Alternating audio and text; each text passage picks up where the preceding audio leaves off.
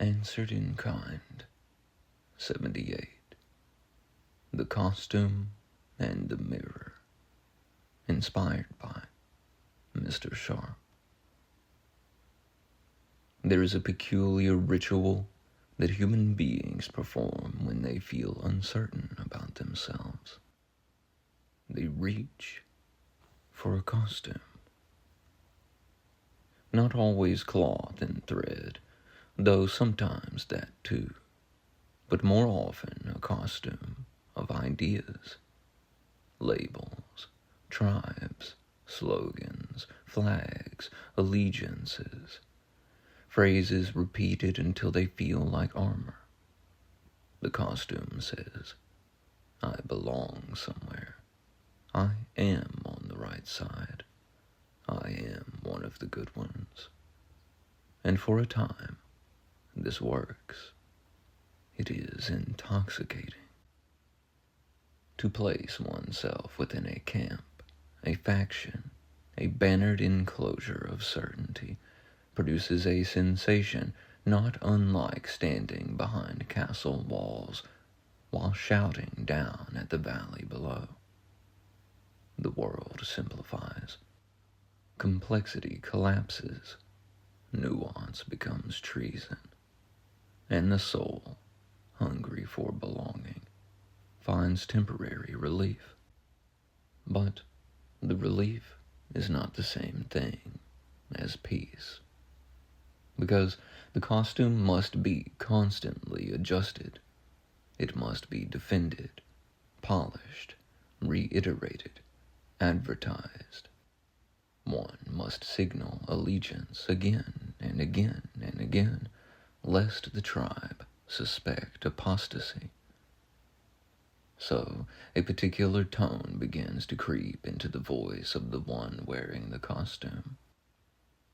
It is the tone of perpetual declaration. Everything becomes an announcement. Everything becomes a proclamation. Everything becomes a performance of identity. Psychologists have a quiet term for this: identity fusion through antagonism. In simpler language, it means one who knows who one is primarily by knowing who one is against. The self becomes a mirror that requires an enemy to reflect its outline. Without the enemy, the mirror goes dark. And so the enemy must be constantly refreshed. If one enemy disappears, another must be invented. This is not unique to any political faction, any religion, any ideology. It is a deeply human reflex, emerging from the ancient architecture of tribal survival. Our nervous systems evolved in small bands where cohesion meant life and exclusion meant death. To be cast out of the tribe once meant starvation in the wilderness. So the psyche still trembles at the possibility of exile, even now, even in the age of fiber optic cables and algorithmic feeds. And thus, people perform loyalty rituals in public. They repeat slogans. They mock the outsiders. They declare themselves pure. It is not merely persuasion. It is reassurance. A subtle plea whispered beneath the bravado. Please, keep me in the tribe. But beneath this ritualized performance, something far older and far quieter is stirring. A deeper question. It waits patiently beneath the noise of political theater. The question is this: who are you when the costume falls away? When the slogans evaporate? When the crowd disperses? When the applause fades? When there is no enemy to contrast against? When the algorithm stops feeding you your reflection? Who remains? This is where spiritual inquiry begins. not with ideology, not with tribe, but with nakedness before the infinite. And nakedness terrifies the ego, because the ego prefers costumes. The ego thrives on comparison, opposition, hierarchy. It wants to win debates. It wants to appear strong. It wants to be seen as righteous. It wants the intoxicating approval of spectators. But the infinite does not care about spectators. The infinite asks a much stranger question. Not which side are you on, but what are you hiding? This question is almost unbearable for the unexamined psyche, because often the loudest proclamations conceal the quietest insecurities. The one who shouts the most about strength may secretly fear weakness. The one who demands purity may be fleeing shame. The one who constantly mocks others may dread being mocked. The one who loudly proclaims belonging may fear abandonment more than anything in the world. None of this makes someone evil. It makes them human. Young souls, especially young men navigating identity in a chaotic era, often feel the tectonic pressure of expectation. They are told simultaneously to be gentle and dominant, compassionate and victorious, tolerant yet uncompromising. The messages collide like weather fronts in the psyche, and when the psyche cannot reconcile the paradox, it sometimes reaches for the simplest available strategy: provocation. Provocation is a shortcut to recognition. If one cannot yet command respect through depth, one can at least command attention through disruption. It is the emotional equivalent of banging a drum in a crowded room. Look at me. React to me. Fight me. Engagement becomes proof of existence. In the digital amphitheater, this dynamic becomes amplified 1,000-fold. Social media algorithms reward outrage the way ancient arenas rewarded spectacle.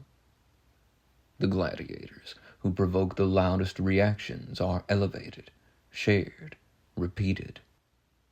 The soul becomes an entertainer in a coliseum of nervous systems. And gradually, something subtle begins to happen. The line between conviction and performance blurs. One begins to play a role.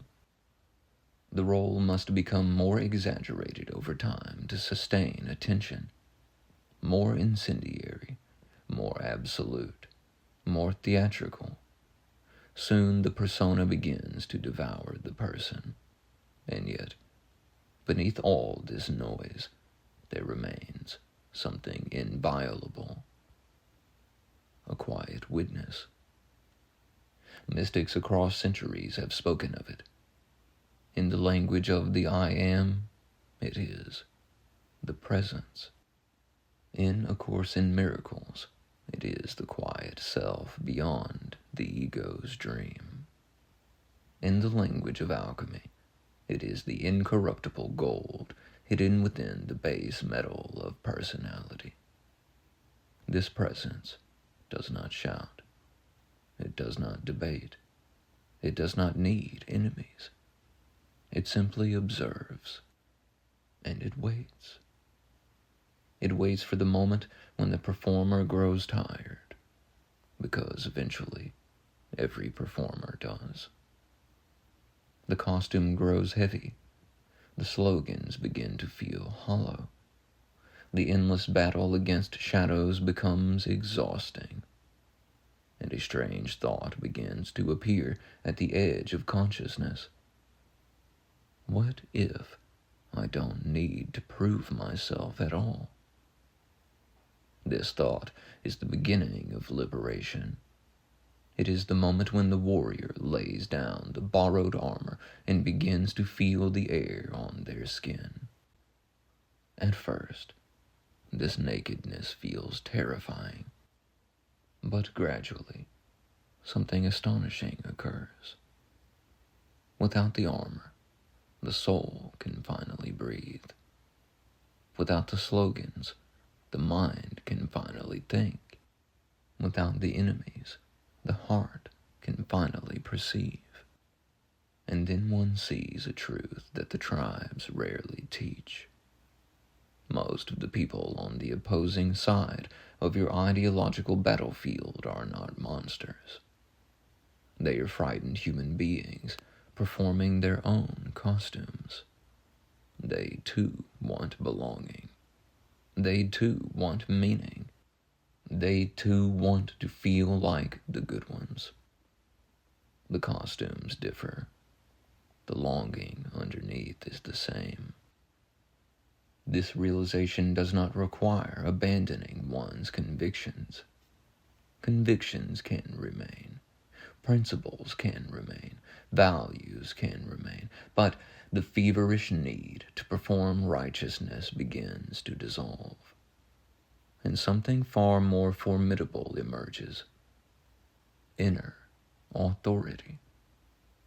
Not the brittle authority of slogans, not the performative authority of internet tribes, but the quiet authority of someone who has examined their own shadow. A person with inner authority does not need to shout. They do not need to provoke strangers into reaction. They do not need to constantly prove they are right. They stand calmly within themselves. They can even laugh at their own absurdities. They can admit uncertainty without collapsing. They can change their mind without feeling annihilated.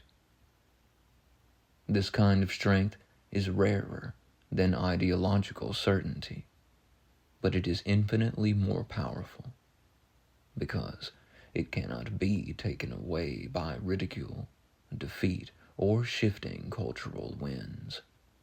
It does not depend on applause. It depends only on honesty. And honesty begins with a simple, disarming question. Do I confuse what I can dominate with my value? Human history is full of people who could dominate. They could conquer cities. They could humiliate opponents.